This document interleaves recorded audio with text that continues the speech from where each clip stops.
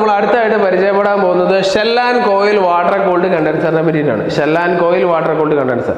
Shell and tube water cooled കണ്ടൻസറിന്റെ അതേ പ്രവർത്തനം തന്നെയാണ് shell and coil water cooled കണ്ടൻസറിലും നടക്കുന്നത്. താപ കൈമാറ്റമാണ് ഇതിൻ്റെ അകത്തെല്ലാത്തിൻ്റെ അകത്ത്. കണ്ടൻസേഷൻ എന്ന് പറഞ്ഞ പ്രോസസ്സിൻ്റെ അകത്ത് തന്നെ നടക്കുന്നത് താപ കൈമാറ്റം എന്ന് പറഞ്ഞ പ്രോസസ്സാണ്. അപ്പം ഇതിനകത്ത് സി എന്ന് പറഞ്ഞ പോയിന്റിലൂടെ മർദ്ദവും ടെമ്പറേച്ചറും കൂടിയ വാതക റെഫ്രിജറന്റ് ഈ ഷെല്ലിൻ്റെ അകത്തേക്ക് വന്ന് നിറയുകയും അതേപോലെ തന്നെ ഡി എന്ന് പറഞ്ഞ പോയിന്റിലൂടെ മർദ്ദവും ടെമ്പറേച്ചറും കുറഞ്ഞ ദ്രാവക റെഫ്രിജറന്റ് ആയിട്ട് റിസീവറിലേക്ക് പോവുകയാണ് ചെയ്യുന്നത്.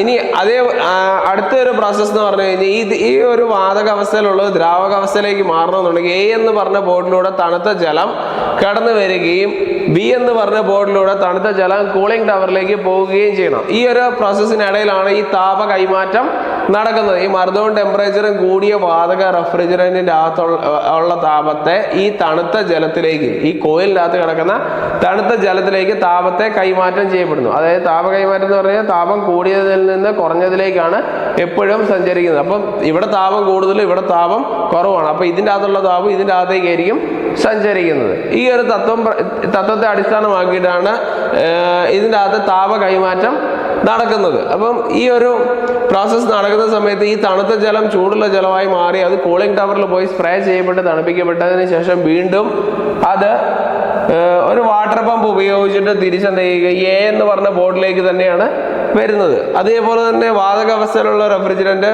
ദ്രാവക റെഫ്രിജറന്റ് മർദ്ദവും ടെമ്പറേച്ചറും കുറഞ്ഞ ദ്രാവക റെഫ്രിജറന്റ് ആയിട്ട് മാറിയിട്ട് അത് എങ്ങോട്ടേക്ക് പോകുന്നു, റിസീവറിലേക്ക് പോവുകയാണ് ചെയ്യുന്നത്.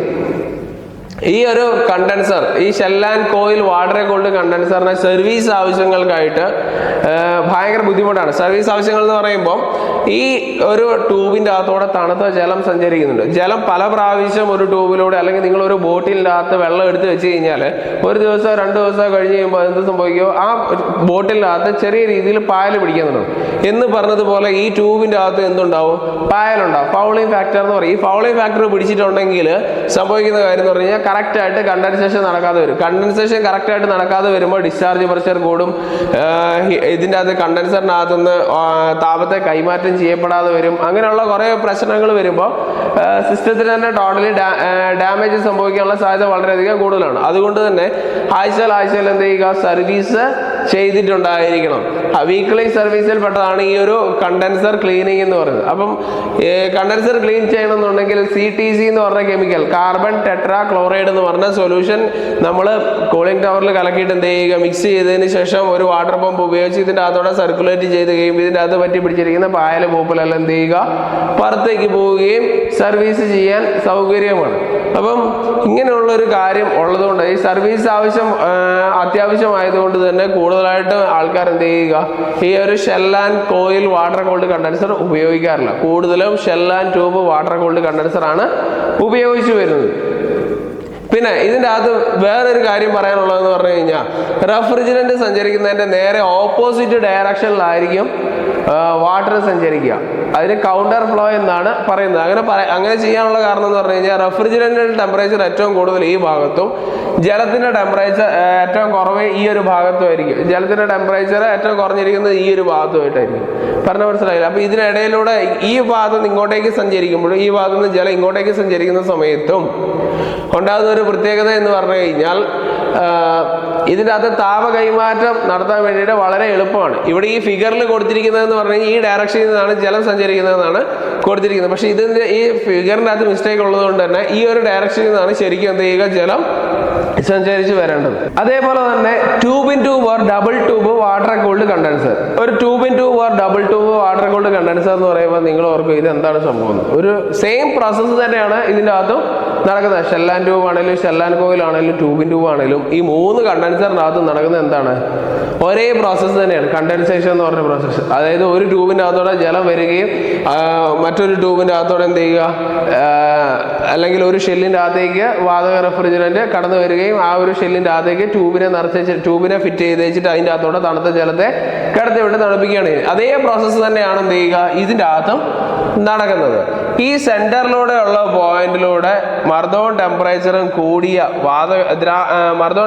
കൂടിയ വാതക റെഫ്രിജറന്റ് കടത്തി വിടുകയോ അല്ലെങ്കിൽ തണുത്ത ജലത്തെ കടത്തി വിടുകയോ ചെയ്യാം. ഇനി അതും അല്ലെങ്കിൽ ഈ സെന്റർ പോയിന്റിലൂടെ നമ്മൾ തണുത്ത ജലത്തെ കടത്തി വിടുകയും നേരെ ഇതിന്റെ ഓപ്പോസിറ്റ് ഡയറക്ഷനിൽ മർദ്ദവും ടെമ്പറേച്ചറും കൂടിയ വാതക റെഫ്രിജറന്റ് ഈ ഒരു ലെയറിലൂടെ കടന്നു വരികയും കൂടെ ചെയ്തു കഴിഞ്ഞാൽ താപത്തെ കൈമാറ്റം ചെയ്യപ്പെടും. താപത്തെ കൈമാറ്റം എങ്ങോട്ടേക്ക് ചെയ്യപ്പെടും? ഇതിന്റെ അകത്തോടെ പോകുന്ന ഈ തണുത്ത ജലത്തിലേക്ക് താപത്തെ കൈമാറ്റം ചെയ്യപ്പെട്ട് വാതകാവസ്ഥയിലുള്ള റെഫ്രിജറന്റ് ദ്രാവക റെഫ്രിജറന്റായി മാറുകയും ജലം എന്ത് ചെയ്യുക? തണുത്ത ജലം ചൂടുള്ള ജലമായി മാറി കൂളിംഗ് ടവറിൽ വെച്ചിട്ട് സ്പ്രേ ചെയ്ത് തണുപ്പിക്കപ്പെടുകയാണ് ചെയ്യുന്നത്. ഇതിൻ്റെ അകത്ത് വളരെ വ്യക്തമായിട്ട് കൗണ്ടർ ഫ്ലോ കാണിച്ചിട്ടുണ്ട്. തണുത്ത ജലം ഇതിലേ സഞ്ചരിക്കുമ്പോൾ മർദ്ദവും ടെമ്പറേച്ചറും കൂടിയ വാതക റെഫ്രിജറന്റ് നേരെ ഓപ്പോസിറ്റ് ഡയറക്ഷനിലായിരിക്കും സഞ്ചരിക്കുന്നത്.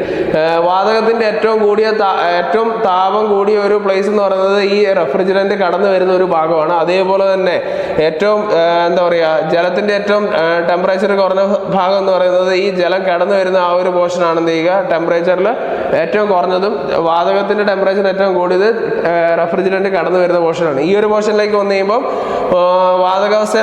വാതകാവസ്ഥയിലുള്ള റെഫ്രിജറന്റ് ആയിരിക്കാതെ സഞ്ചരിക്കുന്നത്. ദ്രാവകാവസ്ഥയിലുള്ള റെഫ്രിജറന്റ് റിസീവറിലേക്ക് ശേഖരിക്കപ്പെടുകയാണ് ചെയ്യുന്നത്. ഇത് കൂടുതലും വൈൻ കൂളിംഗ് അങ്ങനെയുള്ള പ്രോസസ്സിനൊക്കെ ആയിട്ട് നമുക്ക് എന്ത് ചെയ്യുക? ഈ ട്യൂബ് കണ്ടൻസറൊക്കെ ഉപയോഗിച്ചിട്ട് ചെയ്യലുണ്ട്. അതേപോലെ തന്നെ പെട്രോളിയം ഇൻഡസ്ട്രിയിലൊക്കെ ആയിരിക്കും കൂടുതലായിട്ടും ഈ ഒരു രീതിയിലുള്ള കണ്ടൻസർ കണ്ടുവരുന്നത്.